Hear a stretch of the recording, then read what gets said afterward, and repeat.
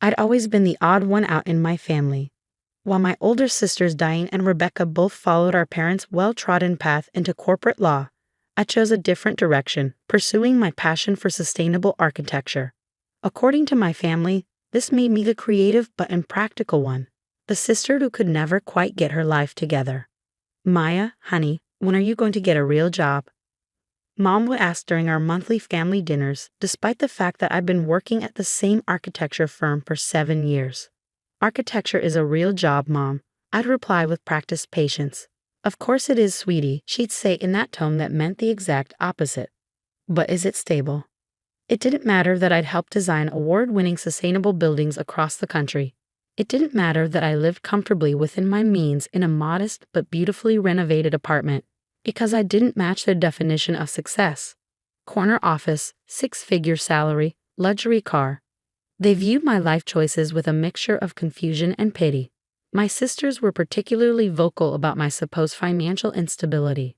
Diane, the eldest at 37, never missed an opportunity to remind everyone about her latest bonus or vacation home purchase. Rebecca, 35, was more subtle but equally condescending, offering to help me with my budget whenever I mentioned any purchase larger than a coffee. I learned to brush off their comments over the years, focusing instead on building a life that made me happy rather than one that impressed them. But what happened last spring still makes my blood boil when I think about it. It started with a family dinner in March. Diane had just received a promotion and was in rare form, dominating the conversation with tales of her corporate heroics. So to celebrate, she announced, clinking her fork against her wine glass dramatically, "I've decided to treat the family to a luxury vacation in Bali this summer. 2 weeks at a 5-star resort, all expenses paid." Our parents beamed with pride while Rebecca gasped in delight. "That's incredibly generous, Diane." "Well, it's important to share success with the people who matter," Diane replied, smiling broadly. I waited for her to look in my direction, to include me in the invitation. Instead, an uncomfortable silence fell over the table as everyone suddenly became very interested in their plates. "Maya," Diane finally said, her voice taking on a delicate tone that immediately put me on edge, "we were thinking this trip might be a bit much for your situation." "My situation?" I repeated, setting down my fork. "You know," Rebecca chimed in with fox concern, "with your career being more passion-driven than profit-driven. The time off alone would be a financial hit for you. Not to mention the spending money you'd need," Diane added. "We're planning some exclusive excursions that are quite costly." I felt heat rising to my face as I realized what was happening. "Are you saying I'm not invited to the family vacation because you think I can't afford it?" No, Mom interjected quickly. "They're just concerned about putting you in an awkward position." "We know how independent you are," Dad added, clearly uncomfortable. "You wouldn't want us paying your way." "Even though we absolutely would," Diane said with artificial sweetness that made my teeth hurt. "But we know your pride wouldn't allow it." The assumption was so wildly off base that I almost laughed. While I lived more modestly than my sisters by choice, I was far from struggling financially. In fact, thanks to some smart investments and my habit of saving rather than showing off, I was in an excellent financial position. But before I could correct their misperception, Rebecca spoke up again. "Actually, Maya, there is something you could help us with while we're away." I should have seen it coming. "Both our regular nannies are unavailable those weeks," she continued, "and we were hoping you might watch the kids. They love their Auntie Maya, and we pay you, of course." 5 children, 2 weeks, while they sipped cocktails on a Balinese beach. "Let me get this straight," I said slowly. "I'm not invited on the family vacation because you think I can't afford it, but you want me to babysit your children for 2 weeks while you're all gone." "When you put it that way, it sounds terrible," Diane laughed, waving her hand dismissively. "Think of it as house-sitting with benefits. You get to stay in our homes, use our pools. We'd stock the fridges," Rebecca added helpfully. I looked around the table, waiting for anyone, to acknowledge the absurdity of the situation. Instead, they were all nodding as if this was a perfectly reasonable arrangement. "I'll have to check my schedule," I managed to say, which they immediately interpreted as agreement. The conversation moved on, but I remained silent for the rest of the meal, a plan already forming in my mind. Over the next few weeks, Diane and Rebecca ramped up their vacation planning, creating a family group chat that excluded me where they shared resort photos and excursion options. Meanwhile, they created a separate chat with just me to coordinate the childcare details. When to pick up each child, their schedules, dietary restrictions, and an ever-growing list of rules and requirements. I responded politely but non-committally, neither agreeing to nor refusing their requests outright. Whenever they pressed for confirmation, I'd cite work commitments that I needed to sort out first. This is exactly why you need a more structured career path. Diane texted after I mentioned potential work conflicts. Corporate jobs have clear vacation policies. I didn't bother explaining that my unstructured career had actually given me considerable flexibility and autonomy. I was saving that revelation for later. A month before their scheduled departure, I finally agreed to meet them for coffee to finalize the arrangements. They arrived with color-coded binders for each child, looking relieved that their child care plan was coming together.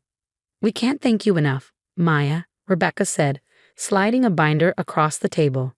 "The kids are so excited to have their fun aunt staying with them." "About that," I said, taking a sip of my coffee, "I'm afraid I won't be able to watch the children after all." Their expressions fell in perfect synchronization. "What do you mean?" Diane demanded. "We've been planning this for months." "No, you've been planning this for months," I corrected her. "I never actually agreed to it. I said I needed to check my schedule, and I have. It turns out I'll be out of the country those weeks." "Out of the country?" Rebecca echoed incredulously. "Where could you possibly be going?" I smiled. "Bali, actually."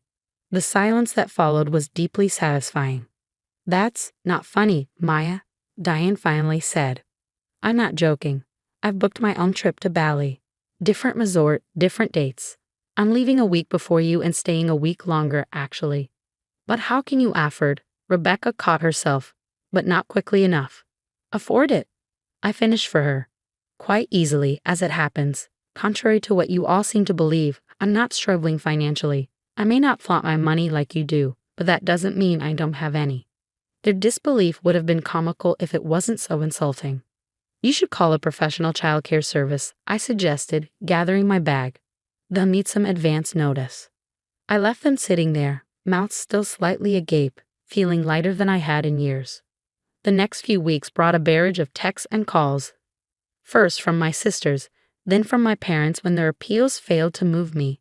The messaging evolved from indignation to guilt-tripping to, finally, grudging offers to include me in their trip after all.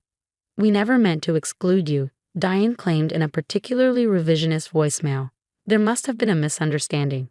I didn't bother responding. Instead, I focused on my own travel preparations and a special project I'd been working on in my spare time. As the departure date approached, my mother called with one last attempt at reconciliation. "Your sisters feel terrible about the misunderstanding, Maya. They want to make it right. Won't you at least come to the airport to see everyone off? The children would love to say goodbye to their aunt." I considered refusing, but the opportunity was too perfect to pass up. "Sure, Mom. I'd be happy to." The morning of their departure, I arrived at the international terminal dressed casually but tastefully, a simple envelope in my hand. My parents and sisters were already there with their mountain of luggage and 5 overexcited children running in circles around them. Auntie Maya, my nieces and nephews cried in unison when they spotted me, rushing over for hugs. "We're going on an airplane to see monkeys," my youngest nephew informed me solemnly. "That sounds amazing, buddy," I said, giving him an extra squeeze. My sisters approached more cautiously, their expressions a mixture of discomfort and forced cordiality. "Thanks for coming to see us off," Diane said stiffly. "The kids are thrilled." I nodded, then held out the envelope. "I brought something for you, a parting gift." Rebecca took it, eyeing me suspiciously. "What is this?" "Open it." Inside was a detailed financial portfolio statement with my name at the top. I'd redacted some personal information but left the totals clearly visible: my investment accounts, retirement funds, property equity, and liquid assets. The bottom line was highlighted in yellow, a number that made both my sisters' eyes widen. "Is this real?" Diane asked, her voice barely above a whisper. "Completely. I've been investing since I was 22, living below my means, making smart choices with my money instead of showing it off." I took the paper back and returned it to the envelope. "I could buy that resort you're staying at if I wanted to. But unlike some people, I don't measure my worth or others by their bank accounts. The airport announcement system called their flight for boarding, but neither of my sisters moved, still processing what they'd just seen. Maya, we had no idea, Rebecca began. That was the point. I cut her off. You never bothered to ask. You assumed that because I chose a different path, I must be struggling. You excluded me from a family vacation because of your own biases and then expected me to be grateful for the chance to babysit your children while you enjoyed yourselves. We made a mistake, Diane admitted, looking genuinely contrite for perhaps the first time in her adult life. We should have included you. Yes, you should have. Not because I can afford it, but because I'm your sister. The boarding announcement repeated, more urgently this time. You should get going, I said, stepping back. Wouldn't want to miss your flight. Wait, Rebecca said suddenly. If you're so financially secure, why did you let us believe otherwise all these years? Why live in that small apartment and drive that old car? I smiled. Because I value experiences over possessions, sustainability over excess, and authenticity over appearances. My life looks exactly the way I want it to, whether you understand that or not. With that, I hugged each of my nieces and nephews, promised to bring them souvenirs from my own Bali trip, and walked away, leaving my sisters to make a mad dash for their gate. They missed their flight. I know this because I was already relaxing in the airline lounge, waiting for my own departure later that day. I'd actually changed my plans when Mom had convinced me to come to the airport. Why drive there twice? My flight to Bali, in business class, wasn't leaving for another 4 hours. As I sipped my complimentary champagne, my phone buzzed with a text from Mom. Girls missed their flight. Rebooking for tomorrow. What did you say to them? I didn't reply. Some lessons are worth missing a flight for. My time in Bali was transformative, not because of the luxury resort or the infinity pool, though those were nice, but because for the first time in my adult life, I felt completely free of my family's expectations and judgments. I hiked through rice terraces, learned traditional cooking techniques from local chefs, participated in a community-led reforestation project, and sketched designs for my own sustainable tiny house that I'd been dreaming about building. I returned home renewed and more certain than ever about my chosen path. 2 days after I got back, there was a knock at my apartment door. I opened it to find both my sisters standing awkwardly in the hallway, looking uncharacteristically humble. Can we come in? Diane asked. I hesitated, then stepped aside to let them enter.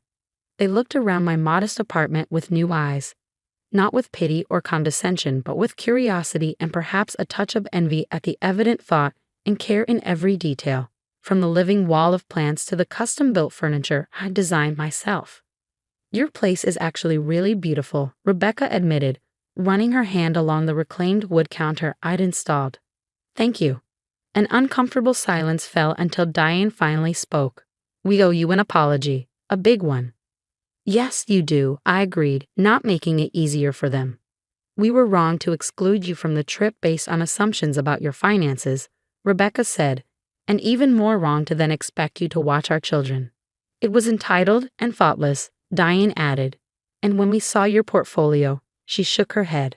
It was a wake-up call about how little we actually knew about your life. I studied their faces, looking for the sincerity I'd rarely seen from them before. Surprisingly, it seemed genuine. Bali was enlightening, Rebecca continued. Being there, seeing a different culture, it made me realize how caught up we've been in a very narrow definition of success. Our kids wouldn't stop talking about how cool Auntie Maya's job is, designing buildings that help the environment, Diane said with a hint of a smile. Jackson told his entire kids club that his aunt is saving the planet while we just push papers around. I couldn't help but laugh at that. Kids have a way of cutting to the truth. We'd like to start over, Rebecca said hesitantly. Get to know the sister we apparently never bothered to understand. Maybe you could show us what you actually do, Diane suggested. Your current projects. We've never really asked, and that's on us. I considered their offer. Years of dismissal and judgment couldn't be erased with one apology. But people can change when their perspectives are forcibly shifted. And while I have found peace in my independence, there was a part of me that had always wished for a genuine connection with my sisters. I'm working on designs for a community of affordable, sustainable homes, I said finally. I could show you the site next weekend, if you're free. The relief on their faces was palpable. "We'll be there," they promised in unison. As they prepared to leave, Diane paused at the door. "One more thing. Dad's 70th birthday is coming up next month. We were thinking of a family trip to the California wine country, a real family trip this time. Would you help us plan it? You've always had better taste than we have." I smiled, nodding. "I'd like that." After they left, I sat in my living room surrounded by the life I'd built for myself. Modest by their standards, perhaps, but intentional and fulfilling in ways they were only beginning to understand. The path to rebuilding our relationship would be long, but for the first time, it seemed possible. Sometimes the most effective revenge isn't about getting even, but about finally being seen for who you truly are. 2 weeks later, I met my sisters at the construction site for my sustainable housing project. They showed up wearing impractical shoes and looking out of place among the dirt and building materials. But they were there, asking questions, listening intently as I explained the solar systems and water reclamation designs. "This is actually incredible, Maya," Diane said, genuine admiration in her voice as she studied the plans. "You're building homes people can actually afford that don't destroy the planet." "Meanwhile, we're helping billionaires become trillionaires," Rebecca added with a self-deprecating laugh. As we walked back to our cars, Rebecca linked her arm through mine, a small gesture that would have seemed impossible months ago. "You know what Jackson asked me yesterday?" Diane said, brushing dust from her sleeve. "He wanted to know if it was too late for Mommy to become an architect like Auntie Maya." I raised an eyebrow. "And what did you tell him?" She smiled. "I told him it's never too late to follow a better path." Nothing had changed overnight. My sisters still lived in their mansions and worked their high-powered jobs. I still preferred my sustainable apartment and meaningful career. But something fundamental had shifted in how we saw each other, not as competitors on the same narrow track, but as women who had chosen different paths worth respecting. And really, that acknowledgement was worth more than any luxury vacation could ever be.